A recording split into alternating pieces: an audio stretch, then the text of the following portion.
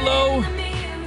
My name is Brendan Dunlop, filling in for Hayes Noodles and the O-Dog on OverDrive. Very happy to be alongside Dave Feschuk again as we get into another show here on TSN 1050, TSN 4, and the iHeartRadio app, thanks to Taylor Swift.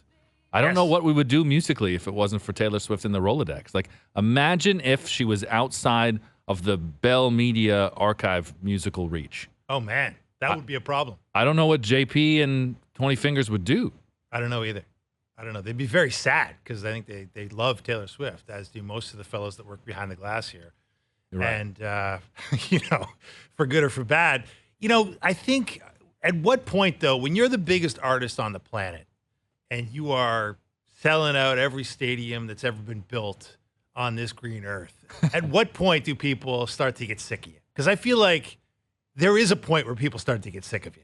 I mean, it's that A-list status, right? Because, Right. I mean, look who's still touring and still doing shows. Maybe not the big stadiums, but Bob Dylan still doing shows, if I'm not mistaken. I heard an advertisement for, is Metallica going on tour? Oh, right yeah, now? they're out there. Yeah. So, like... different set list every night, right? They've vowed never to play the same set list.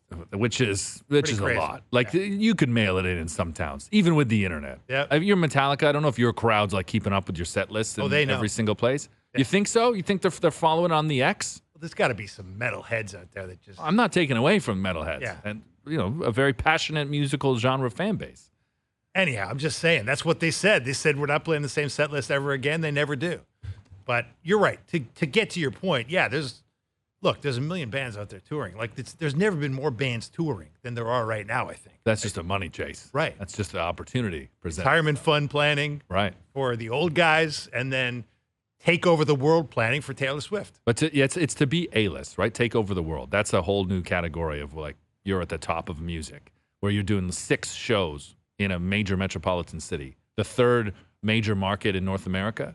You got 6 shows in Toronto. I don't know what the whole set list is, the whole tour. But does she have 6 anywhere else? Oh, she's got 6 a bunch of places. I don't know. Like back-to-back nights? She's got it. She's got some nights off here in Toronto. She'll be out on the town, I'm sure. You know who can't take any nights off right now in Toronto? The Blue Jays. Yes. Mind you, they're away. But this feels like, and I love this point in the year, right? And we say this with hockey, too. It gets to March. That's the most important game of the Leafs regular season.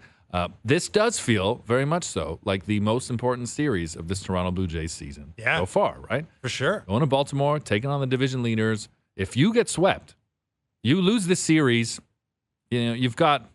it's the best team in the division. But there's a possibility here that you come away from Baltimore with absolutely nothing, putting you in a considerably deeper hole than you're in going into Baltimore right now. Well, exactly. And, I mean, there's a couple of things that worry you, let's say, if you are a Toronto Blue Jays fan. List them, Dave. Well, one of them is the fact that other team that already passed you in the race for the 3rd wild card is just rolling right now. And the Seattle Mariners did it again last night, blew out the Chicago White Sox, so they're a full game ahead of the Blue Jays, as the Blue Jays were idle yesterday. So that concerns you. Seattle's won 7 in a row. They're absolutely on fire. Louis Castillo's making a run at the Cy Young. Yeah. Probably has passed Kevin Gausman in the race. I think Garrett Cole's the only one ahead of him right now, according to the odds makers. I mean, we'll see what the baseball writers have to say about that. So that concerns you. You're in Baltimore, and the second concern is you can't beat the Orioles. You're 2-8. Yeah. 2-8. I know. Against this team this season. It's mental now. I mean, not only are you 2-8, they've scored double the runs that you've scored in those games. You've been almost double. You've been outscored 60-31 in 10 games against this team. I mean, that's not a good sign. That's not what I would call a harbinger of great things to come, Brendan. I don't know about you. Great word. I've never used the term harbinger of great things to come, but I love it. I love that you used it. That's why we make a good tandem, man. Right. There's some slang that I'm using. I think that you're not, you wouldn't use necessarily. I wouldn't have used that. Fair enough. Yeah, I like that, my friend. Anyway, so I'm a little concerned about that. And then, of course, the Mariners are in Chicago on the south side again tonight. And they'll probably beat up on the White Sox because the White Sox are terrible. When it comes to, like, the playoff race, right? When you come to this point of the season, do you find it hard to just focus, like, in one lane? Like, I'm thinking just focus on this series with the Orioles. And you're like, yeah, but also I'm watching the Mariners right now, and it's not like the White Sox in that Central are going to do the Blue Jays any favors. Well, look. Luis Castillo threw 47 straight fastballs last night. Crazy. 47 straight. I know. Like, isn't that amazing? Don't you think that the opposition's going to figure you out? They 47 straight? You know what? The thing with him, though, like, I was watching some of that game, and I didn't know that stat until you brought it up, but that fastball of his, that I don't know if I think it's a four-seamer, according to the stats I've been reading. It just moves. Like, it's not like it's just, that is a fastball that's got so much tail on it that it, probably doesn't really, it's almost like a breaking ball. Like, right. But it's at 97, Which is what makes it qualify as a fastball. Right. So you can throw 47 of those in a row because they're all a little bit different, and they're all freaking scary because they're getting up into the high 90s. Right. Well, so what scares you about this week more then? Or are you looking at the fact that the Mariners, who don't have formidable major league opposition in front of them this week, or the Blue Jays, who, I mean, if you look at the mound, right? They're going with Kikuchi, Gosman, and I had the third one. Who's the third one? Is someone else who won? It's Barrios. Yeah. The way things have gone recently, that's the best three arms that you would want. Yes, it's exactly. fallen perfectly in the schedule for you. It has. To be in a position to potentially take two of this 3-game set. So you're getting greedy. I know, but you got to think this way now. You do have to think this way. Look, I mean, if you want to be, we've been waiting for this team to sort of make a statement, go on a run, rip off a streak that makes you say, okay, that's a baseball team that can win the World Series. Right. That's a team that can prove it's as good or better than anybody playing the game right now. Mm-hmm. Been waiting for it and waiting for it and waiting for it. And look, I mean, they come into this series 8.5 games back of the AL East lead, right? They're 8.5 behind Baltimore. If they did what you're saying, if they go into Baltimore and make a statement, they get the sweep. They get their three best arms in the mound. Suddenly, they get some hitting. I mean, I never said sweep. I said 2 or 3. You said 2 or 3. But I'm saying, you're right. That's the way you have to think if you're the Blue Jays at this point, right? Because, there's no time like the present. You can make a case that the race for the division lead is lost already. 8.5 games is a lot of games to make up. But Tampa's, flailing right now. They got their own problems with Wander Franco and all the injuries. That they do. Vulnerable was our adjective to describe. Yeah, 3 big arms out with Tommy John and all the rest of it. But look, I mean, now would be a great time to make a statement, fellas. This, been waiting an awfully long time. We're into late August, and if you're not going to make it now, you wonder when. Because, if you're just sort of kneeling down, bending the knee, to use the old Game of Thrones phrase. If you're just bending the knee to the Baltimore Orioles, they've beat you 8 out of 10 times already. You got to win this one. You've had 3 previous series, and they've beat you in all 3. You're due. Look, there's so many times that Blue Jays have been in this position, flirting with a wild card spot, expectations that they would be a guaranteed playoff team. And here we are, panicked that in August it looks like the wheels are going to fall off. But they could. And I don't mean this as disrespect to the Orioles.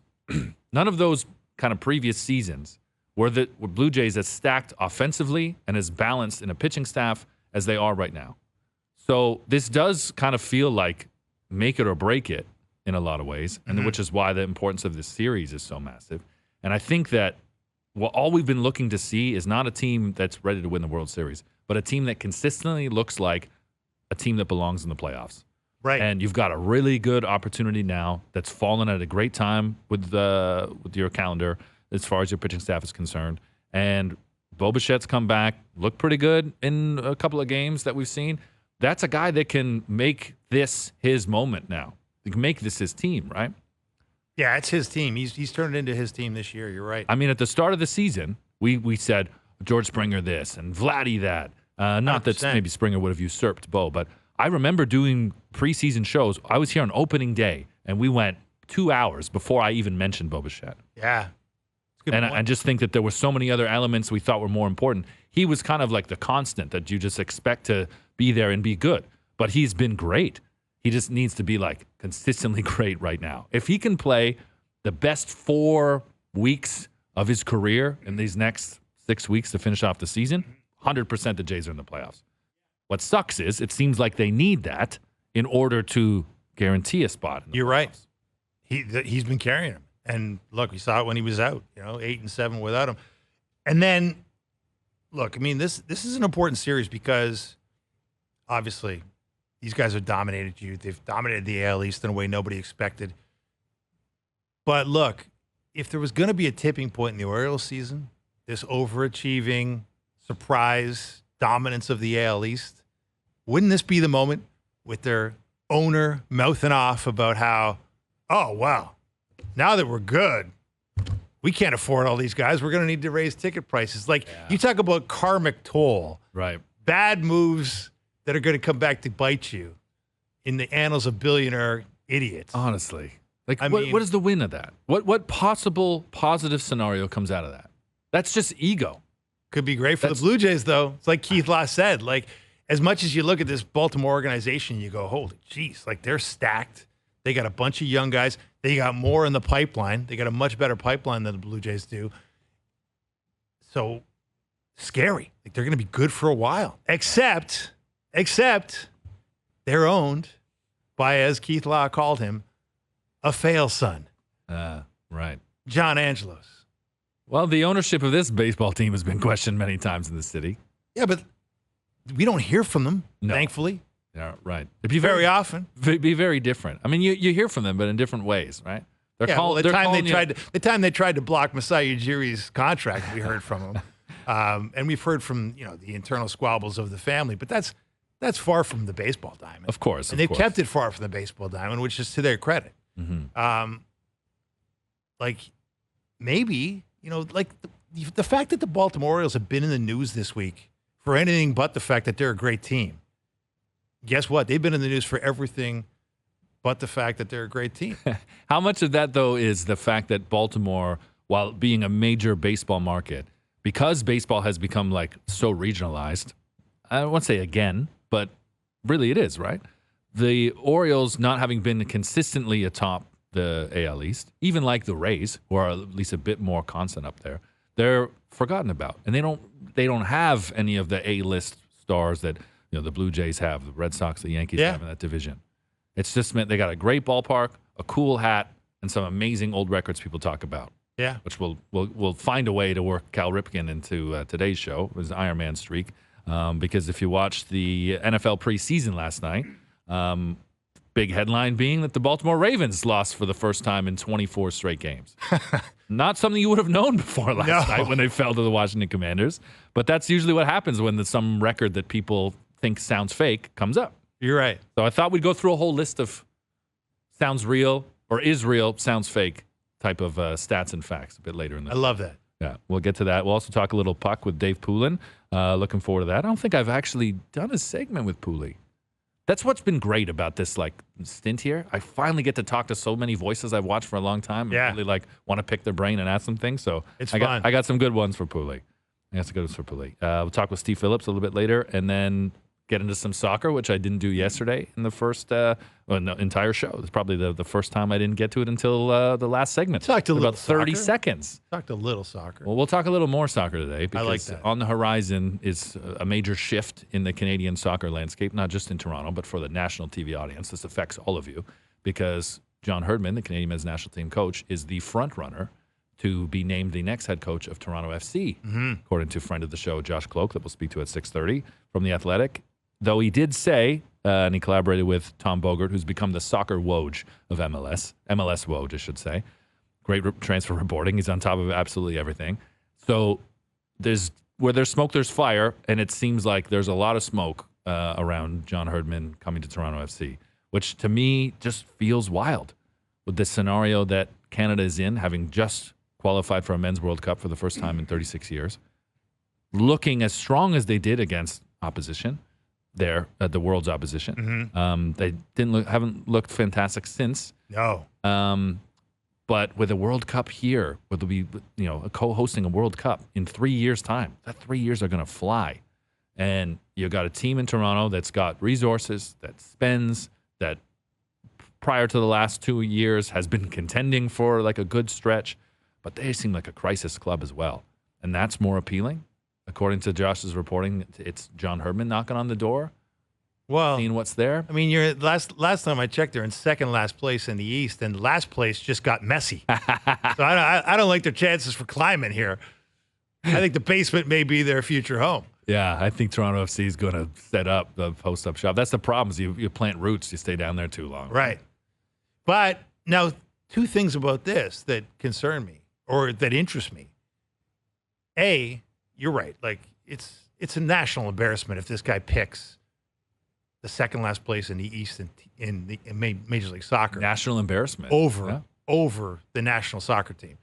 Question number two, though, or issue number two, what are the odds he can't do both jobs? Yeah, that's a good. It's a good point because of the unique situation that coaching an MLS team puts an international manager in. This is something that existed in the 70s and the 80s when soccer was very regional.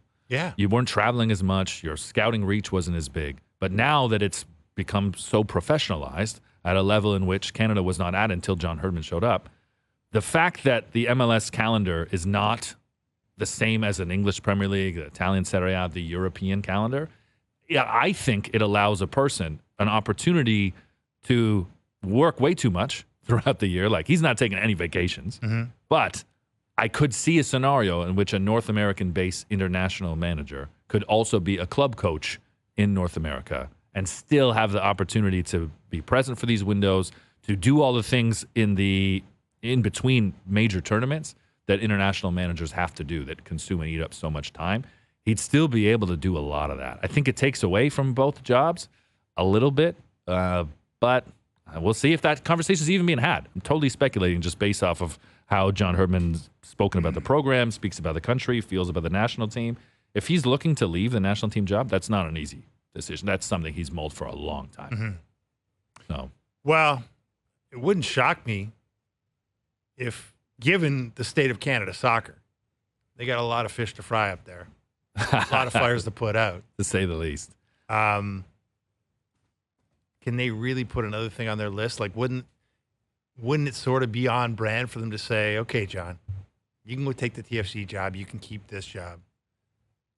Maybe we'll be able to run a legitimate program in a while, but right now we're running a bit of a shoestring operation. Are things going to be better in 18 months, like with Canada soccer? That's the reality and also the frustrating thing for anyone that sees what Canadian soccer has done in the last 5 years and how Canada soccer and just the landscape of things in this country and business related to soccer in general is not at a point that matches what we've seen on the field. No. And you've seen it affect on the field at this Women's World Cup. And it's probably only going to get worse. So, yeah, it's a scary thing. I'm looking forward to getting Josh's take on it. I realize I've done this totally out of order from how you and I spoke about this, but I played hockey last night, men's league, at 10 o'clock. Now, I am a night person in general, but I'm realizing now as a new father and getting well into my 30s, late 30s now, that it affects you playing at 10. And I don't know how people do it. I don't know how people sign up for those midnight skates and like midnight leagues. I understand why people gamble with Sundays. I always thought, these people are crazy. How are you signing up to play in a Sunday league? It sounds good. It's very English, right? It makes sense if you're thinking about fitting it into like your work day, but not into like your life. Mm-hmm. Don't you have things to do that come up on Sundays? Aren't there dinners? Isn't there sporting events that you might be pulled to or at least be watching? Like, I don't understand why people do. Now I get it. Because you're gambling on not having too many 2 p.m. or 5 p.m. games because you're never going to get anything beyond 8. Is that the reason? But 10 or 11 too late during the week, midnight for some leagues? I don't know. Let us know in the comments. Do you do midnight skates? I couldn't do it. Yeah, welcome to getting old, man. Like, I used to be a night guy. I'd go to clubs. I'd play in a rock band now and then. Play in a rock band. I'd have some fun. Okay. I'd go out when I was younger. I'd play in midnight skates when I was younger. But then you're right. Like, I went from being a night person to being a 5 a.m. person because guess what? Child. I had a child that woke up at 5 a.m. Or maybe 4 sometimes. I think if I lived on the West Coast, I'd be a morning guy. because The West I'd be Coast behind. the West Coast is very morningy, right? You get up in LA, like when I've been on the road in LA, you get up at like 5 a.m. in LA, and like there's a lot of people up. Mm-hmm. There's a lot of people up. It's because the rest of the world is going. Yeah. And you're already isolated being out there. Like, I couldn't imagine being in Hawaii. I always thought this when college football season. Like, you must like have to adjust going out there to play Hawaii. And if you are affiliated with the school and you're based out there, it's you get used to it. But you just must feel behind all the time with the time difference. What are they like? What time zone are they even in? I think they're are they not 4 hours behind? 4 hours behind the West Coast? I don't even know. I think it is. Okay, so it's a totally different time zone. It's a totally different time zone. Yeah, that's a different world. But I like, you know what, I love the West Coast thing with sports, like that the fact that there's 4 p.m. games on the East Coast, and then the latest game starts at 7. Yeah, because it's good for old people. What if you were an accountant? What if you had like or you worked in a factory? You had some type of 9 to 5-ish style job. Yeah, that required you to commute. Talking about LA, you got to get in the car. You're never seeing your team play at 4. You're not gonna be home until 6:45. Good excuse to knock off early. And no, but I know what you mean. Like, but I'm just saying, like, your whole life changes when you like parenthood like resets your biological clock somehow, right? Like, I don't know. Maybe there are people that remain night owls as parents. But I don't know how you can be much of a parent if you're a night owl. So help me out then. Pro tip: how long does this take? Because like you're fit, man. You look good. You got great hair. Yeah. Every time I've seen you, you've got a very good and balanced body fat percentage. I'm swinging like crazy, bro. Okay. I don't know. It's I feel like I'm eating the same. I've always slept this poor, but like I'm putting it on. I can see it in my face here on TSN4. I'm putting it on. This is a lot fuller than it used Don't be so hard on yourself. No, it's just like it's hard, man. It's hard. But once you've got just you got a newborn basically, right? Once that newborn starts running around, you'll take it off. He's a boulder of a newborn. You start chasing him around. Oh yeah, that'll keep you busy. That's take him to the park. You kick the ball around with him. You throw the ball around with him. You hope not that you want to force sports on him. Don't force it. Don't force it. Make sure he likes it. I've seen guys that force it. That can get ugly. There's been a lot of viral videos of dads switching tactics with their toddler from basketball or other sports immediately to soccer because of all the money being spent from Saudi Arabia.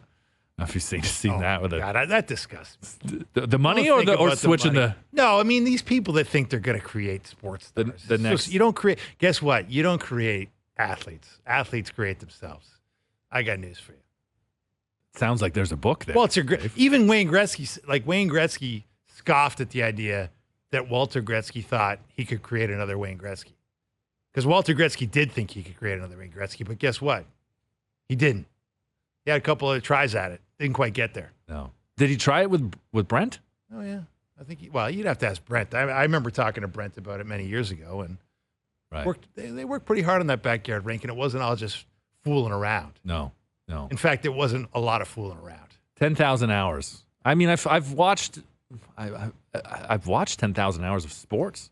Yeah. And am I better at this job because of watching 10,000 hours? That 10,000 hours thing is totally been misinterpreted. Malcolm Gladwell should be ashamed of himself. Well, even the guy the scientist that came up with that theory. What, he's basically written that. it? No, he's basically written that Gladwell got it all wrong. Really? Oh, yeah. This is what I like about working with you. This is print that I'm not reading, copy that I'm not consuming. So now you're filling me in on this academia. Yeah, well, Gladwell's good, man. He's a good salesman. He knows how to write. He knows how to sell his ideas, and he sold it better than the scientists. Guess what? The scientists aren't in the business of selling ideas. They're in the business of actually getting things right. Well, actually, it depends on what media you're listening to, whether you think the scientists are. Oh, yeah, the scientists are evil, but right? I didn't want to get into politics. Let's not get into that. No, but I'm just saying, man, like, if you're worried about your body composition as a father, like, you just, go out and kick it around with the kid. And don't you have a dog to walk? And I fully admit there are much more things to be concerned about than my body composition as a father. Okay. Just saying, I'm feeling it at men's league. All right. That's kind of where it came from. No, I hear you, man. I can't get the puck on the boards as quickly as I thought I did before. Stop playing against young guys. That's my thing. I did that. I made that mistake when you're getting past 40 and you go into a league. Like There's I've guys done it that are in 20. I've done it in hockey. I've done it in basketball. You go into a league where there's 20-something-year-olds, you shouldn't do that. Like, because no matter how bad they are, they may be bad players that don't know how to play the game, but they got more spring, man. Unless you're really in shape and you're really working on your body, those guys are just going to have more spring, more bounce, more quickness. You can't compete against that. Like, there's a reason there's age groups in like marathoning and 10K runs, because the 20-year-olds are faster generally. I know there's elite guys there's Tom Brady's that can make you say, oh, you can be good when you're 40. Guess what? Most of us can't be good when we're 40. Most of us cannot be. And I think that's what I'm feeling. I used to be able to get away with not stretching. I tend to be late. I don't really get like a warm-up in. That's the big joke. I was there early. Bad game. Warm up, man. I was there early. I got a full warm-up in. I had enough time to make a still sandwich. Bad game, man. I don't know. I'm not shake blaming it it on off. the baby. Just saying. Don't blame the kid. No. Blame the dog. It was probably the dog, right? I'm not blaming the kid. Yeah, I'll blame the dog. I'll blame the dog. This is Overdrive. You're watching on TSN4, listening on TSN 1050 in the iHeartRadio app. Don't go anywhere. So much more to come. I can neither confirm or deny that this is in fact a segment. Austin trades Andrew Raycroft to Toronto in exchange for the rights to Tuukka Rask. It's been my honor and a privilege to serve as the general manager of the Toronto Maple Leafs Hockey Club. It's time for Confirm or Deny. Do you regret giving all those gentlemen the no trades or no movement clauses? I can neither confirm or deny that. I can't confirm or deny. Oh, it's one of my favorite segments in this show, Confirm or Deny, brought to you by Don Valley North Lexus. Right now, lease the 2023 IS 300 premium package for just $288 biweekly for 24 months. Visit DonValleyNorthLexus.com for more details. Confirm or deny, my friend, with the week that we've had, with the news that's come about. We got some good ones today. Haven't hit hockey yet. We will with Dave Poulin. Mm-hmm. But there was a big deal today. So let's start with the ice. Confirm or deny, this morning's extension between Brandon Hagel and the Tampa Bay Lightning is an overpay with a AAV of $6.5 million. 8-year deal, $6.5 schmil. You know what? Brandon Hagel, in a lot of ways, you can make the case they overpaid to get him at the trade deadline, right? They gave up 2 first-round picks, including Taylor Radish, who's turned out to be a 20-goal scorer, led 20-goal scorer for Chicago this year. And except, Hagel is still making $1.5 million this coming season. Right. Made him 1.5 last year when he got 30.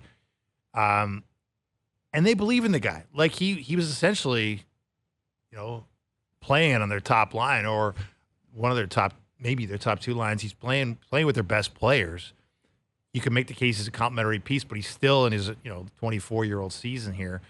So I'm going to say it's not an overpay. I'm going to say if I'm going to believe in one cap manager on this planet right now, it's going to be Julien Brisebois and the Tampa Bay Lightning. They do have problems. They're capped out just like everybody else. They got Stamkos going to be a free agent at the end of this year, and that's going to be problematic. But they've obviously built a belief in this guy. And who am I to say, look, if he's a 30-goal guy that they think can be more than that with upside, who plays great on both sides of the puck, makes some sense to me. I'm going to deny it as well. I think the conversation about 8-year deals is another conversation. But when you look at balancing that out, if you've got him performing for 6 of those 8 years, you get into the last few years of that deal, $6.5 million is a bargain. Mm-hmm. Who knows where the salary cap is going to be at that point? Exactly. You put yourself in a good position for a guy that you believe in. It doesn't seem like it's an overpay, maybe an overcommitment, but I mean, I'm saying that for a lot of these 8-year deals in general. But hey, man, overpay, that's good money, man. That's the market. Leafs would be happy if some of their guys took an 8-year deal. Oh, wouldn't they ever? Although the finances would, the admin would have to figure it out. It'd be a lot. You think like the Leafs got to pay accountants more, eh? They pay everybody they more. Must. They pay everybody more. Toronto premium. All right, confirm or deny. If the Toronto Blue Jays miss the playoffs, one of Ross Atkins or John Schneider should be on the hot seat. Oh, this is 100% confirmed. I mean, Smash. you were the presumptive AL East champions. A lot of people had you pegged to be a World Series winner, let alone contender. And right now you're out of the playoff picture today as you head into this 3-game series in Baltimore. So, you know what? And I think if we're looking at the way the tea leaves are, being read right now, it's probably not going to be Atkins, right? Like the easy move when you've had an underachieving season where you just didn't catch that spark, you just didn't find any magic for whatever reason, you didn't hit, and so far they haven't. It's Schneider, right? Like the problem with Schneider is he's got a guy named Donnie Baseball standing in the dugout who's been a major league manager and is a Yankee legend. That's a problem for John Schneider. If this team underachieves, guess what? Donnie Baseball will be managing it. I always thought that was an interesting appointment. You definitely want to have trusted guys around somebody who's learning on the fly in ways that Schneider has, but obviously the connection that Schneider has to those players, particularly the core that you want from, I always felt like it was a good balance, that if they really thought it would get out of hand or if there was an ego thing, that they wouldn't have put the two of them in that situation. Mm-hmm. I think baseball is changing where executives don't have the hold on jobs that they did, the tenure in which. And Ross Atkins has been sitting in that job for a long time now. Yeah. Right? And not that the cobwebs are collecting, but there's like a long Rolodex now of deals and moves that you can look to criticize, much like Masai Ujiri, you would say.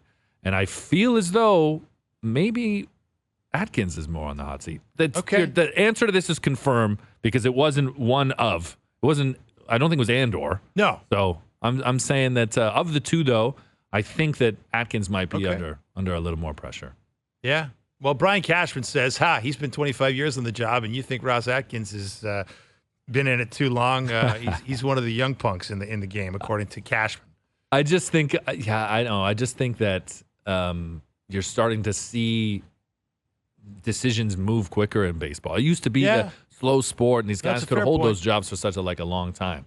And now you look at someone like, to me, Dave Dombrowski wasn't that far removed from being someone who you just have a 10-year job.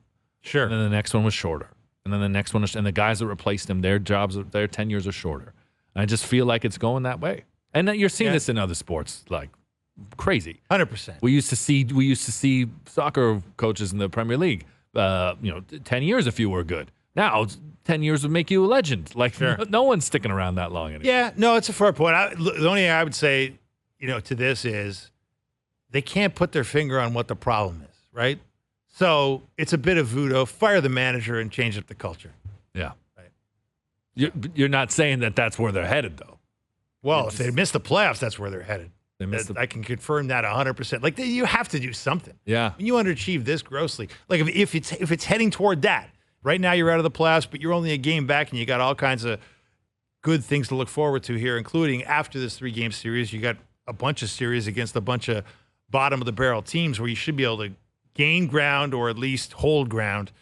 There's all kinds of optimistic outlooks here, but if we want to be pessimistic, someone's getting fired. It makes good radio, that's for sure. And also, apologies, Grappler, I read it wrong. Yeah, you did say or, which means one of. So I've gone with Atkins, you've gone with Schneider. Again, great talk radio. Confirm or deny, Dave, Austin Matthews will sign an extension before December the 1st.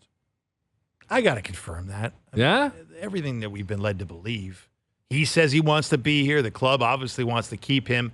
Look, it's on Austin Matthews, right? If he wants to chisel them for every last nickel and get particular about the term and really try and come out with, the best deal he can financially, guess what? It's going to hurt the team.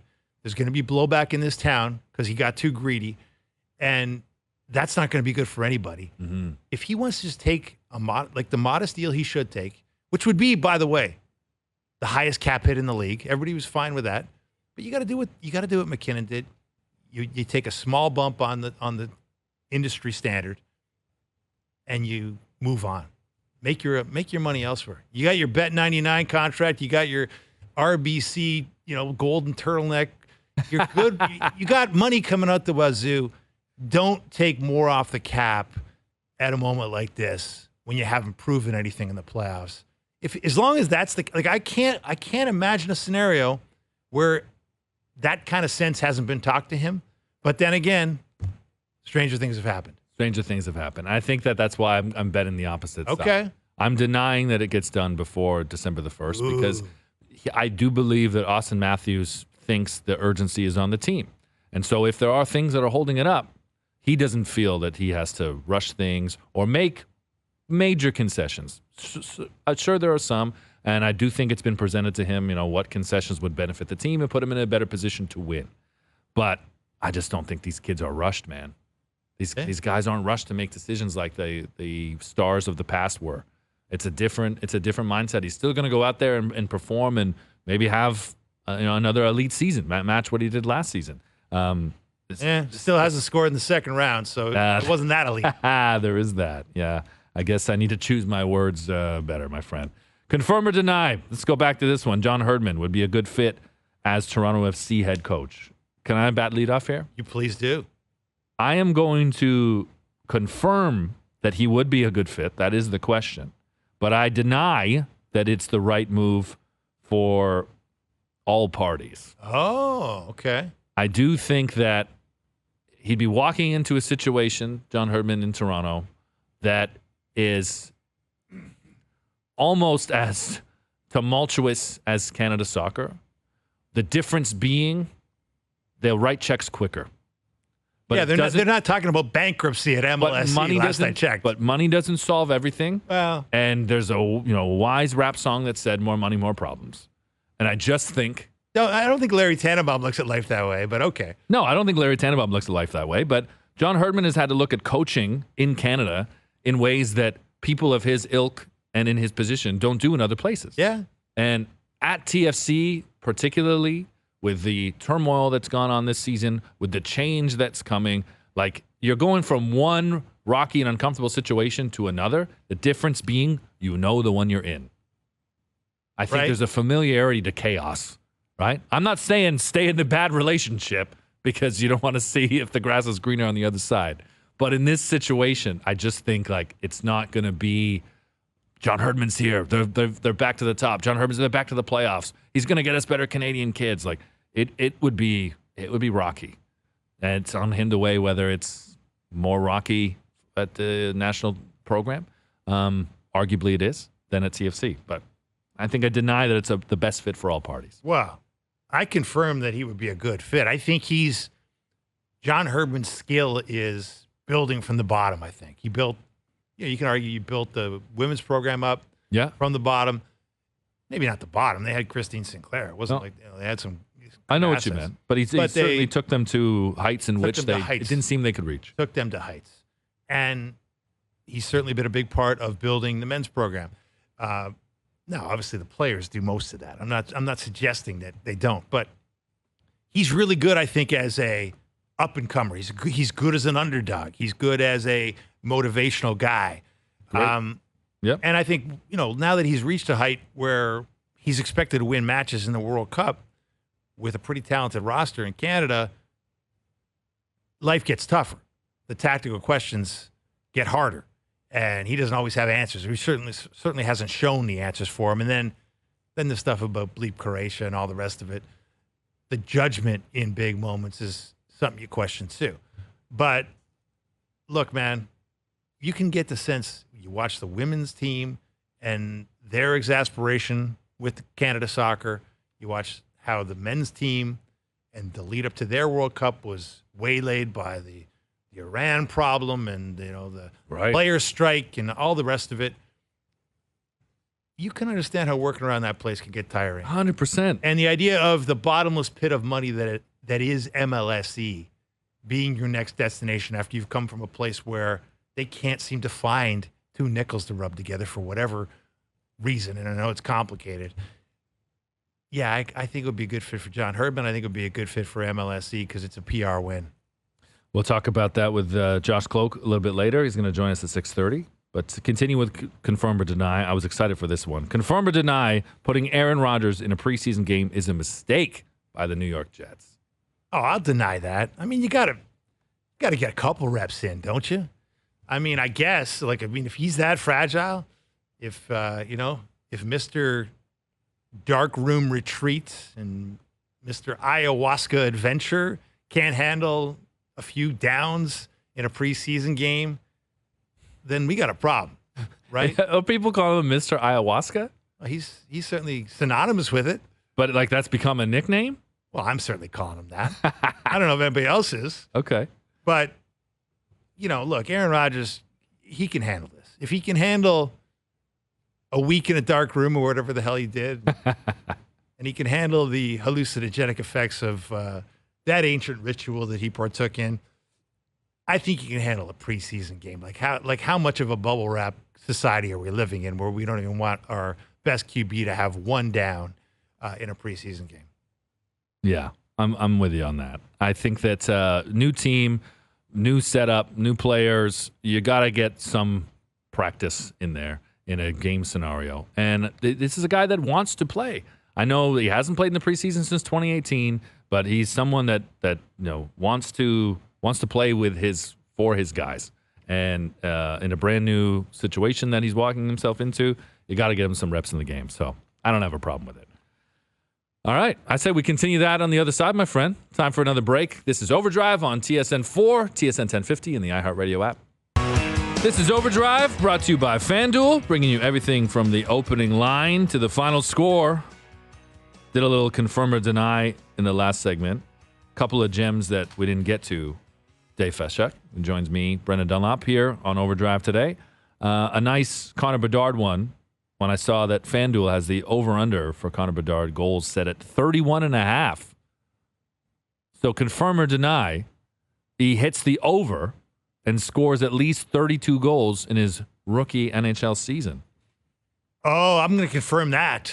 32 goals in his rookie season? I like Mr. Bedard to rip it up. Really? His rookie season. Does he have a team that's going to put a lot of pucks in the net, though? I mean, that is a concern. There's no doubt that is a concern. I mean, they got some babysitters there for him. They got Corey Perry there, who will, hopefully, ideally will be a bit of a policeman and put a stick into the ribs of anybody that tries to mess with young Bedard. Right. They got, Foligno there to help out and be a bit of a babysitter. But look, I just think the league is going toward a place where we were talking with Marty Biron. They used 100-plus goaltenders in this league last year. Yeah. The save percentage has been dwindling year by year. The goal total went up in a big way league-wide last season. I feel like I hope, and part of this is my own personal hope. I've been railing against the dead puck era, or I railed against it when it was here. I'm happy it's gone, and I hope we go toward a more offensive era in hockey because I like the idea of people challenging records and scoring multiple 50-goal seasons in their careers and that type of thing. But this guy can shoot, man. And I think the shot transfers. I think a lot of things are tough to adjust to in the NHL for rookies, but the shot transfers, man. Like the shot is the shot, and he's got a world-class shot walking into the league. He'll need to develop a lot of other things, but the shot's there. How much of the confidence you have in him comes from how well Connor McDavid adjusted to the NHL? Because I think no one denied that he would be elite and could be a superstar. Yeah. But no one thought he'd make it look like Junior, which he does on a nightly basis, blowing through guys the same way he did in an Erie Otters sweater. Yeah, and I don't know about this, like skating, and we'll see about Bedard's skating. Like McDavid is the greatest skater we've ever seen, right? And look, what did McDavid, I guess, first season played 45 games, got 16 goals. Second, so really didn't get a full 82. The first full 82-game season Connor McDavid played, he got 30 goals. And guess what? Bedard's a way better shooter than Connor McDavid. He is already. So, yeah, you're right. Like, they're going to be a bad team. Maybe hard to find ice.